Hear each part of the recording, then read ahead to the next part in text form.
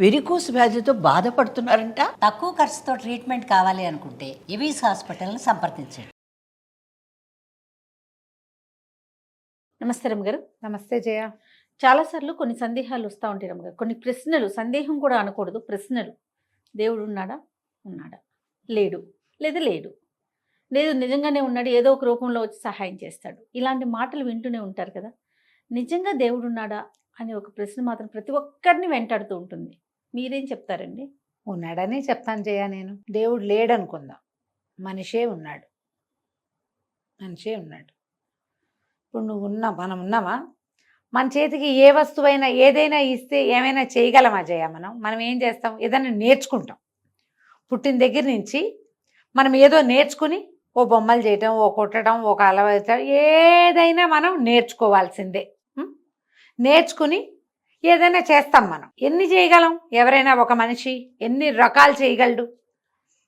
మనిషికి లిమిటేషన్ ఉంది కదా. అంతేగా. వాడి శక్తికి, వాడి యుక్తికి, వాడి మృత్యుకి కూడా ఒక ఇది ఉంది. అవునా? ఇప్పుడు మరి ఇలాంటి మనుషుల్ని కొన్ని కోట్ల మందిని ఈ భూమి మీద ఎవరు పెట్టారు? దానంతట వాళ్ళే పుట్టారా? మనుషులు పుట్టారా? పుడతారా? అట్లా పుట్టుండొచ్చా?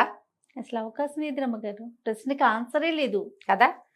ఏదో ఒక మానవాతీతమైన శక్తి దీన్ని చేసింది, దీన్ని డెవలప్ చేసి వదిలిపెట్టింది. ఆ మానవాతీత శక్తిని మనం దైవం అంటాం. మన బుద్ధి నిలవడానికి రకరకాల రూపాలు కల్పించుకుంటాం. ఆ రూపానికి గుణవర్ణన, ఇలాంటి గుణాలున్నాయి, సమస్త కళ్యాణ గుణాలు అతనికే ఉన్నాయని నమ్ముతాం.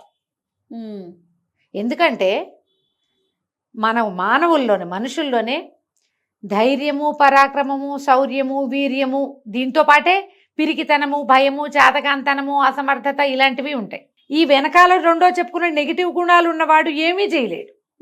పాజిటివ్ గుణాలు ఉన్నవాడు అన్నీ చేయగలుగుతాడు. ఇంత చేసిన వాడికి పాజిటివ్ గుణాలే ఉండాలి.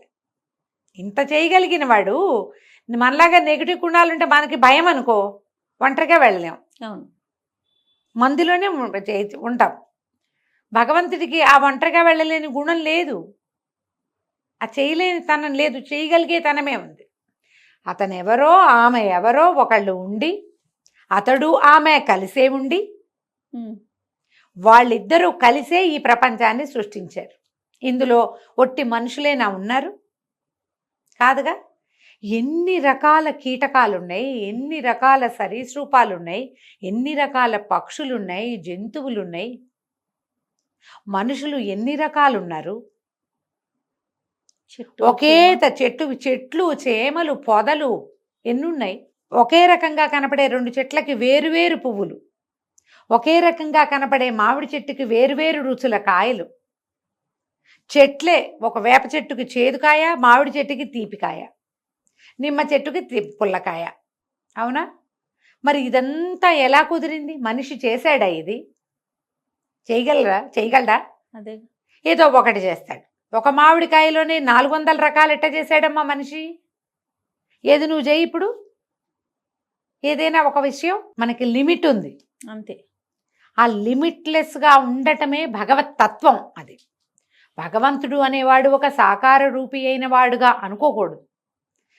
తత్వం అది దీన్ని తయారు చేసింది, ఈ ప్రపంచాన్ని. నువ్వు ఏదో ఒకటి చేస్తావు, అంతా నేనే చేశాను అనుకుంటావు. కానీ నీ వల్ల కానిది, నీ చేత కానిది, నీతో అవనిది ఏదో ఒకటి ఉంటూనే ఉంటుందా? ప్రతి వాడికి జీవితంలో ఉంటుందా? ఏంటోనండి, సడన్గా అలా అయింది, ఎలా అయిందో తెలీదు. మిరాక్యులస్గా అంటాం. సడన్గా, యాక్సిడెంటల్గా, మిరాక్యులస్గా వాడతామా? ఇవి ఎక్కడి నుంచి పుట్టాయి? ఇవన్నీ ఎలా యాదృచ్ఛికంగా ఎలా జరుగుతుంది? ఆ ఎదృచ్చే భగవంతుడు. ఏది లేకపోవటమే, ఏ అవకాశము లేని చోట కూడా ఆహారం లభించడమే భగవతత్వం. తప్పించుకునే ఏ దారి లేని చోట అందరూ చచ్చిపోయినా ఒక్కడు బతకటం, అదే భగవతత్వం. ఆ ఒక్కడిని బతికించటమే. ఫ్యామిలీ అంతా పోయారు, ఓ తల్లి పిల్ల మిగిలేరు. భగవంతుడు వాళ్ళ యందు ఉన్నాడు, వాళ్ళని ఉంచదలుచుకున్నాడు, అంతే. ఇప్పుడు ఆ ఉంచదలుచుకున్న తత్వం వీళ్ళు ఎందుకండి వీళ్ళని కూడా బతికించి ఉంచడం? వీళ్ళు దుఃఖంగా ఉంటారు, ఆ దేవుడు వీళ్ళని కూడా తీసుకెళ్ళిపోకూడదా అంటారు మొదటి రోజున.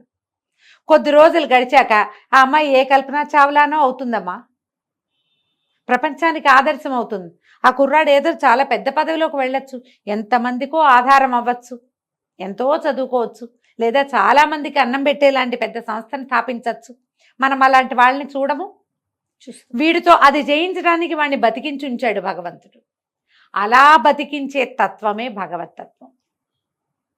నీకు అవకాశం లేకపోయినా అవకాశం కల్పిస్తుంది భగవతత్వం. అసలు సంతానమే కలగదనుకుంటాం ఒక్కొక్కళ్ళకి. ఏ ట్రయల్స్ లేకుండా పెళ్ళైన 30 ఏళ్ళకి పిల్లలు పుట్టిన వాళ్ళని చూడమా మనం? భగవంతుడు ఉన్నాడు. పెద్ద యాక్సిడెంట్ కాస్తలో తప్పితే మొత్తం బస్సులో ఉన్న 40 మంది చచ్చిపోవాల్సిందే. ఒక్క రాయి పక్కకయ్యి ఇటుపడి బతికేస్తారు. పోయేవాళ్ళు ఎలాగో పోతారు. పోయేవాళ్ళు పోతారనుకో, బతికిన వాళ్ళు ఎలా బతికారు? ఇప్పుడు లేడని ఎలా అంటాం? ఆయనే కదా.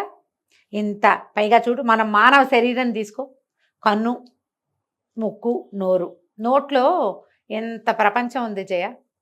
ఇన్ని పళ్ళ నోటి నిండా. ముందు పళ్ళ ప్రయోగం వేరు, పక్క పళ్ళ ప్రయోగం వేరు, వెనక పళ్ళ ప్రయోగం వేరు. ఇది ఒట్టి తినడానికేనా నోరు? కాదు. వీటికి అటు ఇటు దవడలు, మధ్యలో నాలుక, వెనకాల కొండ నాలుక. ఇది మనం తినడానికి, మన ఆహారం మనం నవ్వులుతూ ఉంటే అన్ని పక్కల నుంచి లాలాజలం స్ప్రే అయ్యి. ఈ సిస్టమ్ అంతా ఎక్కడదమ్మా? మనుషులు చేయగలమా మనం? అది ఎట్లా వచ్చింది? అమ్మ కడుపులోనే కదా రమ్మగారు ఇంతగా మొదలై ఇదంతా వచ్చేసింది. ఇంత అయిపోయాం. పైగా ఈ లోపల అతి మెత్తటి నాలుక, ఈ పళ్ళ మధ్య కరుకు పళ్ళు, ఎముకలు కూడా కొరికేసేయగలిగిన పళ్ళ మధ్యలో ఆ నాలుకని కదుపుతూ దాంతో ఎన్ని సౌండ్స్ తెప్పించాడమ్మా. మొత్తం అక్షరాలన్నీ నోట్లోంచే కదా పుట్టాలి. మామూలుగా మనకు అక్షర స్థానాలు చెప్తారు జయ. అకుహ విసర్జనీయానాం కంఠః అని మొదలవుతుంది.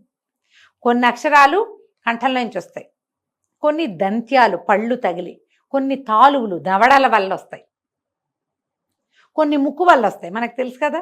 ఇంత దాన్ని ఈ నోరు ముఖం అనే దాంట్లో పెట్టాడు భగవంతుడు. నువ్వు బతకడానికి కావలసిన లోపలికి తీసుకునే ఆహారాన్ని తీసుకునేది అదే నోరు. నీకు బతకడం కావాలని చెప్పడానికి చెప్పేది కూడా అదే నోరు. మనం చేయగలమా? ఇన్పుట్ అవుట్పుట్ ఒకే దాంట్లో దేవుడు చేశాడు. ఇప్పుడు అతను లేడంటావా నువ్వు? ఎలా అంటాం? ఇప్పుడు నువ్వు ఒప్పుకోవద్దు, నీకు ఒక సాకార రూపి వద్దు, ఇది చతుర్భుజ నారాయణుడు వద్దు, 18 చేతులు ఉన్నదో 8 చేతులు ఉన్నదో పులి మీదో సింహం మీదో కూర్చుని స్వారీ చేసే అమ్మ తల్లి వద్దు మనకి. కానీ నువ్వు, నీకు జీవిక, నువ్వు ఒక పదార్థం తింటే దాన్ని ఇంత తిప్పి తిప్పి తిప్పి తిప్పి దానివల్ల నీకు ఆరోగ్యము, రక్తము, నీకు కావాల్సినవన్నీ వచ్చి దాంట్లో ఉన్న తుక్కుని విసర్జించే అవకాశాన్ని నీకు ఇచ్చిన వాడెవడు?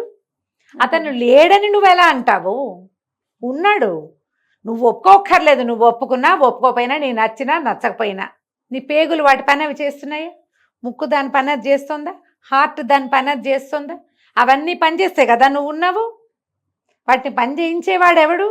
నువ్వైతే గ్యారంటీగా కాదు. మనమే మన గుండెని కదుపుకుంటామా? ఏ కిడ్నీ పని చేయని చెప్తామా మనం? ఎవరు? ఏంటది మనకు తెలుసా? ఆ తెలియని బ్రహ్మ పదార్థమే భగవంతుడు. నువ్వు ఈ రూపం ఒప్పుకోవద్దు, ఈ గుళ్ళోకి వెళ్ళకు, ఆ ప్రార్థన చేయకు, మానేసినా ఉన్నాడు భగవంతుడు. నీ ఒప్పుదలతో మాకేం పని లేదు. అంతే. వాటికి అక్కర్లా. ఆయనకు అసలు అక్కర్లేదు. భగవంతుడికి నీ ఒప్పుదల అక్కర్లా. నువ్వు జీవిస్తావు, ఆయన ఉంటే జీవిస్తావు. ఆయన వెళ్ళిపోతే శివం కాస్త శవంగా మారిపోతుంది. ఇప్పుడు ఎందుకు ఒప్పుకోవడం? నువ్వు ఒప్పుకోపోయినా జరిగేదే కదా. నీ హార్ట్ కూడా ఆగిపో అని నువ్వు ఆర్డర్ చేస్తే వింటుందా నీ మాట? ఆయన స్విచ్ ఆపేస్తే ఆఫ్ అవుతుంది. ఎవరో ప్రకృతి ఈ తయారు చేసిన వాడెవడో వాడు ఆపుతాడు ఆ స్విచ్. నువ్వు ఆపుకోలేవు. చూడు, నువ్వు ఆత్మహత్యకు ప్రయత్నం చేస్తారు, 2 పిల్లల్ని చంపేసి తల్లి కూడా దూకేస్తుంది, పిల్లలు చచ్చిపోతారు, తల్లి బతికిపోతుంది. ఏమిటి? ఎందుకు? ఆయన పిలవలేదు. అంతేనా? అంతే. ఈ పిల్లల్ని చంపేసిన దుఃఖంతో అది బతికుండాల్సిందే రాక్షసి. అంతే. ఈ చేసిన పాపం అలా బాధిస్తూ ఉండాలి. అంతే. ఆ స్విచ్ అక్కడ ఉంటుంది. నువ్వు ఒప్పుకోకపో, నీకు నచ్చని నచ్చకపోని, మా దేవుడు ఇలా ఉండాడు ఎలాగో ఉంటాడు అనుకో. నువ్వు అన్నీ నీ ఇష్టం, నువ్వు ఏదైనా అనుకో. నువ్వు అనుకున్నది ఏది కాదు. నీకు తెలియందే ఉంది ఇక్కడ. అంతే. అది నీకు తెలియక్కర్లేదు. నువ్వు ఒప్పుకోక్కర్లేదు. నిన్ను మాలాంటి వాళ్ళు కానీ ఇంకొకళ్ళు పెద్దవాళ్ళు కానీ నాలాగా 2 ముక్కలను మాట్లాడడం వచ్చిన వాళ్ళు ఒప్పించక్కర్లేదు. గంటల తరబడి పురాణ శ్రవణం చేయగలిగిన పెద్దవాళ్ళు కూడా నిన్ను ఒప్పించక్కర్లా. ఎవ్వరూ ఒప్పించకపోయినా ఇది తప్పదు, అది ఉన్నది, అంతే. ఎందుకు ఒప్పుదల కావాలా దేనికైనా? అక్కర్లేదు రమగారు. అక్కర్లేదు. ఇప్పుడు మన అమ్మా నాన్న కావాలి ఉన్నారు అని నీ ఒప్పుదల అక్కర్లేదు. వాళ్ళు ఉంటేనే నువ్వు ఉంటావు, భగవంతుడు ఉంటేనే వాళ్ళు ఒకళ్ళు ఉన్నారు అది కదా. అది ఇంతే మాట. నువ్వు ప్రార్థన ఎట్లా చేస్తావు, భగవంతుడి కోసం నువ్వు ఏ ప్రయత్నం చేస్తావు, అవన్నీ నీవి, అవన్నీ మనవి కదా. అవును. ఎలా ప్రార్థన చేసినా, నేను నారాయణ అన్నా, నువ్వు ఇంకో శివ అన్నా, జయ శ్రీకృష్ణ. ఇప్పుడు ఎంతమందిని కొత్త వాళ్ళని కలిసాను, రాధే రాధే వాళ్ళు ఒకళ్ళు, జయ శ్రీకృష్ణ వాళ్ళు, జయ శ్రీమన్నారాయణ వాళ్ళు, ఇప్పుడంతా శ్రీమాత్రే నమః వాళ్ళు బోళ్ళంతమంది. ఏదన్నా మనము కాని ఒక అతీతమైన శక్తినే మనం తలుచుకుంటున్నాం. తలుచుకోకపోయినా అది ఉన్నట్టే. దీన్ని ఒప్పుకుంటే చాలు. అంతే. నమస్తే. నమస్తే.